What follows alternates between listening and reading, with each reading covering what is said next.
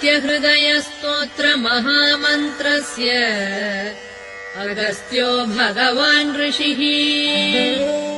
अनुष्टुप्छन्दः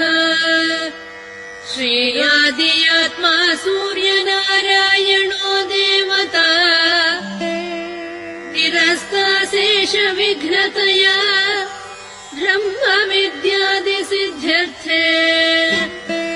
सर्वत्र जयसिद्ध्यर्थे जपे विनियोगः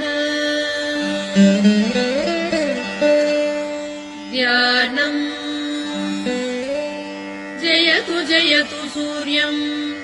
सप्तलोकैकदीपम्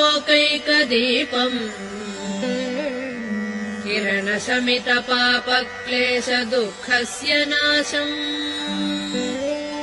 अरुणकिरणगम्यम् आदिम्